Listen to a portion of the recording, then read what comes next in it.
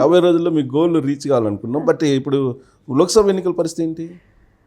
డెఫినెట్గా ముందున్నది ఇంకా పెద్ద టాస్క్. ఇది చిన్నది మాకు ఈ ఎలక్షన్. ఇప్పుడు పెద్ద ఎలక్షన్, అసలు ఎలక్షన్ లోక్సభ ఖచ్చితంగా 10 నుంచి 14 అన్న గెలవాలి. మరి 17 అంటే మీరు నవ్వుతారు, ఇప్పుడు నవ్వుతున్నారు ఆల్రెడీ.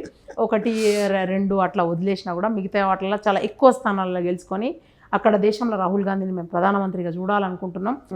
ఆ దిశగా మేము అందరం మళ్ళీ పని స్టార్ట్ చేసినాం, పని చేస్తూనే ఉన్నాం. ఇది నిరంతర ప్రక్రియ. ఆ ప్రక్రియ బలం ఇది కూడా ఒకటి అంతే. ఇది ఒక ప్రచారం అన్నట్టే కదా. ఇప్పుడు నా వీడియో బయటికి పోతుంది, కాంగ్రెస్ పార్టీ వాదిగా కాంగ్రెస్ పార్టీ గెలవాలని కోరుకుంటాం, మళ్ళీ ప్రజల దగ్గరికి మళ్ళీ పోతాం. ఇవి చేసి తద్వారా ఈ పనులు ఇవి కూడా చూస్తారు కదా జనాలు. అంటే అప్పటికి ఒక 80 days 90 days నాకు తెలిసి నోటిఫికేషన్ వచ్చేస్తుంది, ఇది అయిపోతుంది. ఎంతవరకు ఈ సక్సీడ్ అయినరు వీళ్ళన్న 100 రోజులలో ఎన్ని స్కీమ్లు ఇంప్లిమెంట్ చేయగలిగినారు, ఏ మేరకు చేస్తున్నారు, అది చూస్తారు జనాలు.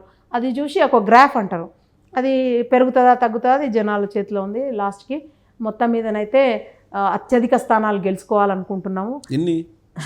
చెప్పిన కదా 14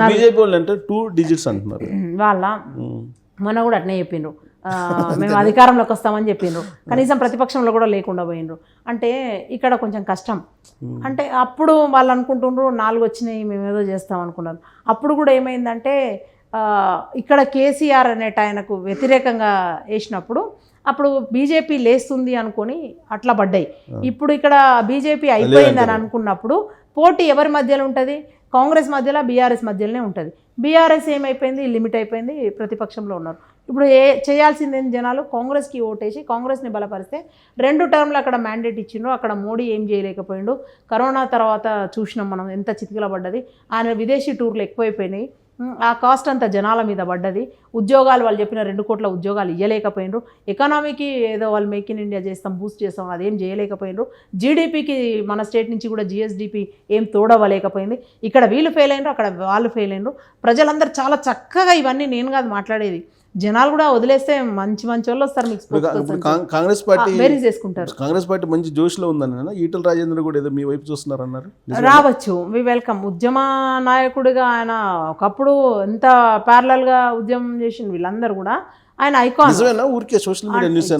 నిజమైనా సరే ఇప్పుడు రావద్దని ఏం లేదు, వి వెల్కమ్. వచ్చి పోటీ చేసుకుంటా గెలుస్తా అంటే వెల్కమ్. ఎందుకంటే చాలా బలమైన నాయకుడు. ఆయన ఒక నియంతను ఎదిరించిండు, కేసీఆర్ అనే ఒక నియంతను ఎదిరించిండు. ఆయనేం అన్ని రకాలుగా అర్హుడు ఆయన రావడానికి. వస్తే కనుక వెల్కమ్ చెప్తాం, ఏముంది. సో టచ్లో ఉన్నారా రేవంత్ రెడ్డి? అది నాకు తెలియదు, అది నా పరిధి కాదు. అంటే అది పెద్ద again stalwart. Etela Rajender అనేటైనా ఒక స్టాల్ వాట్ అని చెప్పొచ్చు.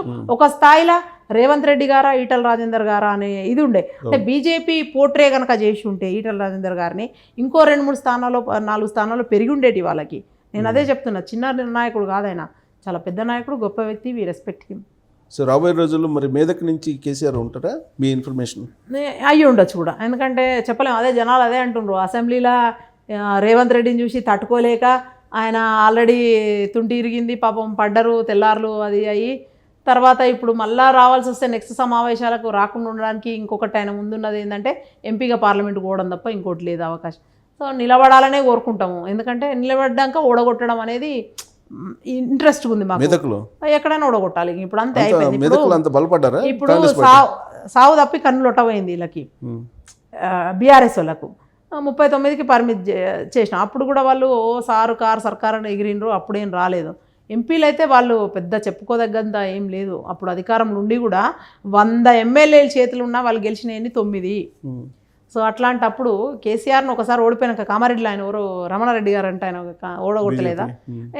ఆడ కూడా మెదక్లో రేవంత్ రెడ్డి అంటే అది వేరే విషయం. ఆయనకు ఆల్రెడీ ప్రూవెన్ కాదు చెప్తున్నా కదా. అంటే కొడంగల్ మీద కాన్సన్ట్రేట్ చేసినాము, కొడంగల్లో గెలిచిండ్రు. కానీ ఆల్రెడీ కేసీఆర్ అంటే ఆయన ఉద్యమం చేసిన అని చెప్పుకుంటాడు, 10 ఏళ్ళు ముఖ్యమంత్రిగా ఉన్నాడు. ఆయన ఓడిపోవడం అనేది మాకు చాలా హ్యాపీగా అనిపించింది. Let the Ramana Reddy win. ఏమవుతుంది, కాంగ్రెస్కి ఒక సీటు పోయింది అంతే తప్ప కేసీఆర్ని అయితే ఓడగొట్టిండు.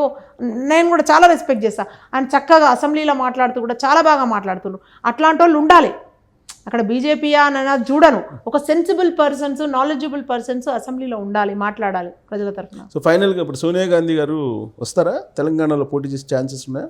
అడిగిండ్రు మొన్న మా వాళ్ళు అయితే, సోనియా గాంధీ గారిన, ప్రియాంక గాంధీ గారిన. గతంలో ఇందిరాగాంధీ గారు పోటీ చేసిండు, గెలిచిండు మెదక్ నుంచి. కాబట్టి వస్తే రాష్ట్ర రాజకీయాలు మారుతాయి, చాలా మంచి, అందరికీ కూడా ఇన్స్పిరేషన్ ఏమంటారు ఎంతూజియాజం మంచి ఎనర్జీ లెవెల్స్ వస్తాయి, ఎక్కువ గెలుస్తాము, 16 పోయింది 17 గెలిచేస్తాం ఇక వస్తే అన్న మాకు ఉంది. అధినేత్రి స్వయంగా ఆమెనే వస్తే తెలంగాణ ఇచ్చింది, వస్తే తప్ప తీర్మానం చేసినట్టు మీ పిసిసి చేయమని అడిగినరు.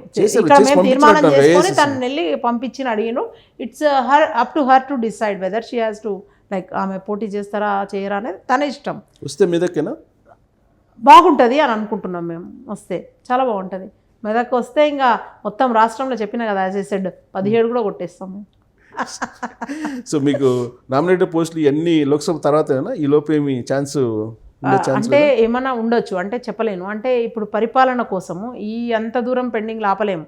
ఏమన్నా ఇంపార్టెంట్ ఏమన్నా ఉంటే ఇప్పుడు మెడికల్ ఫీల్డ్ అట్లాంటివి ఆపలేము, విద్య పరంగా ఆపలేము, రవాణా పరంగా ఆపలేము. అట్లాంటివి ఏమన్నా ఉంటే అనౌన్స్ చేయొచ్చు.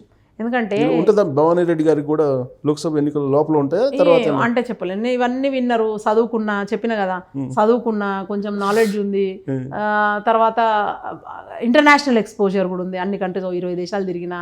సో అట్లా ఏమన్నా కన్సిడర్ చేస్తే చేయొచ్చు.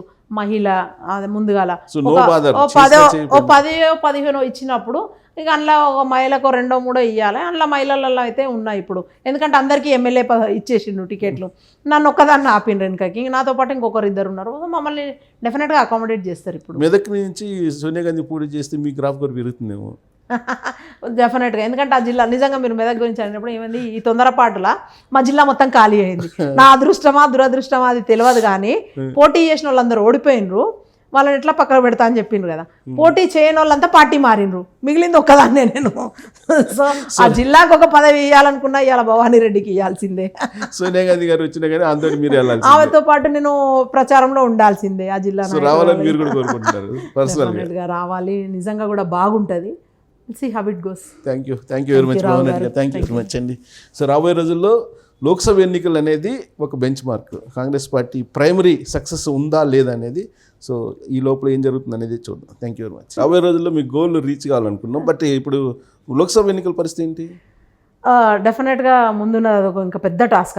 ఇది చిన్నది మాకు ఈ ఎలక్షన్. ఇప్పుడు పెద్ద ఎలక్షన్, అసలు ఎలక్షన్ లోక్సభ ఖచ్చితంగా 10 నుంచి 14 అన్న గెలవాలి. మరి 17 అంటే మీరు నవ్వుతారు, ఇప్పుడు నవ్వుతున్నారు ఆల్రెడీ. 1-2 అట్లా వదిలేసినా కూడా మిగతా వాటిల్లో చాలా ఎక్కువ స్థానాల్లో గెలుచుకొని అక్కడ దేశంలో రాహుల్ గాంధీని మేము ప్రధానమంత్రిగా చూడాలనుకుంటున్నాం. ఆ దిశగా మేము అందరం మళ్ళీ పని స్టార్ట్ చేసినాం, పని చేస్తూనే ఉన్నాం. ఇది నిరంతర ప్రక్రియ. ఆ ప్రక్రియ బలం ఇది కూడా ఒకటి అంతే. ఇది ఒక ప్రచారం అన్నట్టే కదా. ఇప్పుడు నా వీడియో బయటికి పోతుంది, కాంగ్రెస్ పార్టీ వాదిగా కాంగ్రెస్ పార్టీ గెలవాలని కోరుకుంటాం, మళ్ళీ ప్రజల దగ్గరికి మళ్ళీ పోతాం. ఇవి చేసి తద్వారా ఈ పనులు ఇవి కూడా చూస్తారు కదా జనాలు. అంటే అప్పటికి ఒక 80 days 90 days నాకు తెలిసి నోటిఫికేషన్ వచ్చేస్తుంది, ఇది అయిపోతుంది. ఎంతవరకు ఈ సక్సీడ్ అయినరు, వీళ్ళన్నా 100 రోజులలో ఎన్ని స్కీమ్లు ఇంప్లిమెంట్ చేయగలిగినరు, ఏ మేరకు చేస్తున్నారు, అది చూస్తారు జనాలు.